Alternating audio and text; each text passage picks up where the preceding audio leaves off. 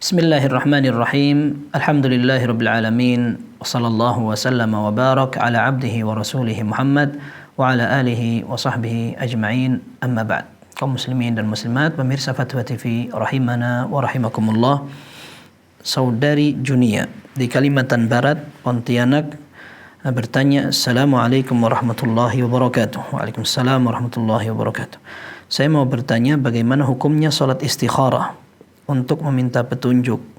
Apakah pernikahan itu harus dilanjutkan atau tidak karena ketidaksanggupan istri untuk meneruskan poligami? Ya, ini berarti ada dua pertanyaan, dan di bagian akhir merupakan pertanyaan inti tentang penyebab pertanyaan yang pertama, bagaimana hukum salat istikharah, dan yang setelahnya yang itu justru menjadi penyebab sebelumnya, yaitu meminta cerai karena suami poligami. Yang pertama, kita katakan sebuah hadis Nabi sallallahu alaihi wasallam yang diriwayatkan oleh Imam Abu Dawud, At-Tirmidzi, Ibnu Majah. Rasulullah sallallahu alaihi wasallam menyatakan, ayyuma imra'atin sa'alat zawjaha talaqan min ghairi ma ba's fa haramun 'alaiha raihatul jannah. Salah seorang istri atau seorang wanita manapun yang meminta cerai kepada suaminya tanpa ada sebab yang syar'i, maka dia akan terhalang dari masuk surga, atau dia akan terhalang dari membau surga. Ini berarti menunjukkan larangan yang keras. Seseorang minta kepada suaminya cerai kalau tidak ada alasan syar'i yang dibenarkan. Dan ta'adduduz zaujah, atau memiliki lebih dari satu istri, merupakan sesuatu yang halal. Yang kedua, itu adalah biasa. Rasul sallallahu alaihi wasallam ta'addud, poligami. Para sahabat hampir kebanyakan mereka ta'addud. Kemudian berikutnya tabi'in demikian pula. Itu belum ditambah lagi mereka memiliki budak perempuan. Sehingga kebiasaan masyarakat itu tidak membuat orang yang lain mempermasalahkan. Akan tetapi ketika kebiasaan itu sedikit, maka seringkali sebagian kaum muslimin merasa aneh, asing, bahkan menjadi bencana.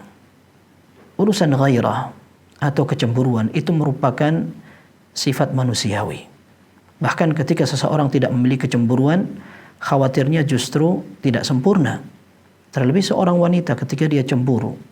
Rasul sallallahu alaihi wasallam seorang penerima wahyu, dan beliau memiliki umat, menjadi teladan, dan istri-istrinya tidak mau diceraikan sekalipun jumlah mereka besar. Akan tetapi tidak berarti kecemburuan itu tidak ada.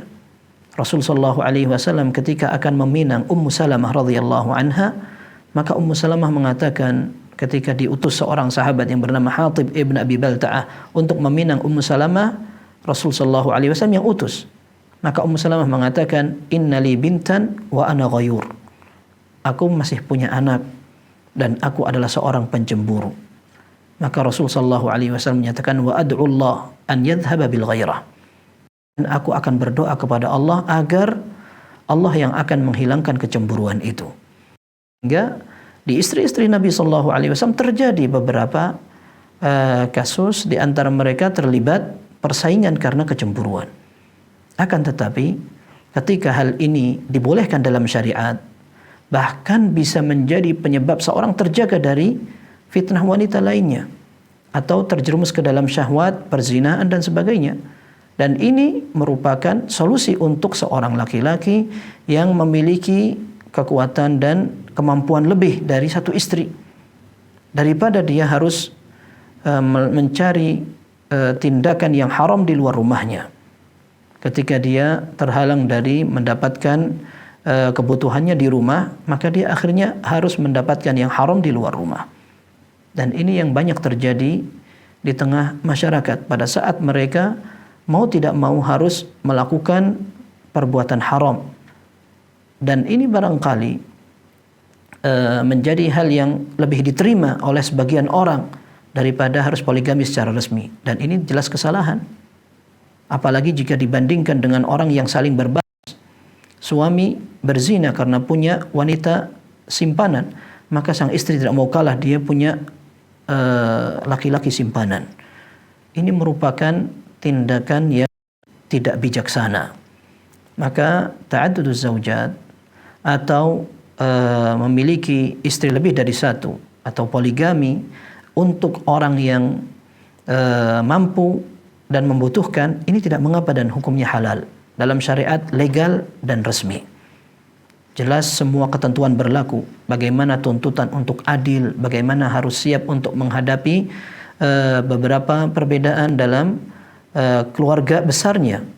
Kalau seandainya seorang suami memilih satu istri, dia harus banyak pilihan, pertimbangan, istikharah, maka ketika dia akan memilih istri berikutnya pun demikian, bahkan bisa jadi lebih penting lagi, karena dia akan menghadapi sesuatu yang tidak ada pada seorang suami yang hanya memiliki satu istri. Maka nasihat yang sering disampaikan oleh para ulama kepada istri-istri yang cemburu adalah sabar, minta kepada Allah agar diberikan kekuatan untuk menghadapi kecemburuan yang wajar itu, agar tidak berubah menjadi sesuatu yang tidak wajar, bahkan haram, kemudian menjerumuskan orang ke dalam larangan syariat. Kemudian ihtisab, minta pahala kepada Allah, karena setiap ujian akan berbentuk atau akan berbuah pengguguran dosa.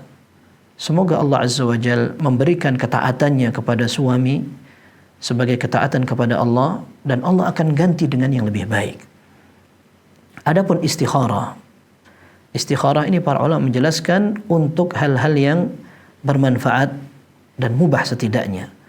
Dalam hadis yang diriwayatkan oleh Imam Bukhari, dalam hadis Jabir, Rasulullah sallallahu alaihi wasallam menyatakan, "Idza hamma ahadukum bil amr." Bila kalian memiliki keinginan untuk melakukan sebuah perbuatan, maka hendaklah falyarka' rak'atain min ghairil fardhah.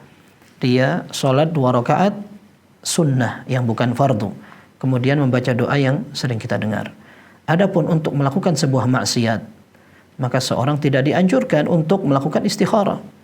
Sebagaimana seseorang akan memaksa diri, menyiksa dan sebagainya, ini juga tidak dianjurkan untuk istikharah. Bahkan dia berusaha untuk menjauhi, tidak perlu istikharah dalam hal itu.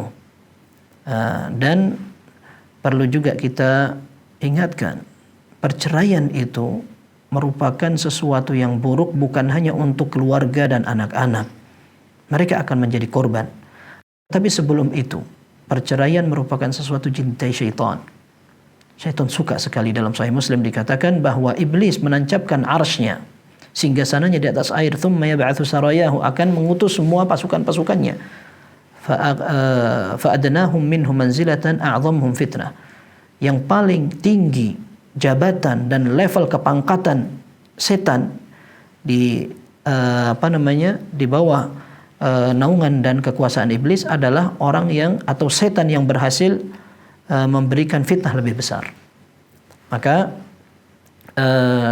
ada di antara mereka yang akhirnya lapor, fa'altu kadza wa kadza, aku sudah menggoda ini dan itu.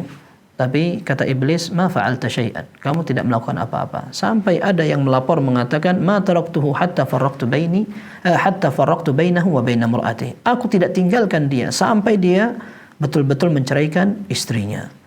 Maka perceraian yang pertama adalah sesuatu yang disukai oleh syaitan. Yang kedua akan membawa korban yang banyak. Apa salah anak-anak kecil ketika harus menjadi konsekuensi ketidaksukaan orang tua? Apalagi hakikatnya itu merupakan hal yang dibolehkan dalam syariat. Bisa jadi seorang wanita akan menyesal ketika dia diceraikan. Akhirnya dia kembali ke orang tua menjadi beban lagi, atau dia akan sendiri.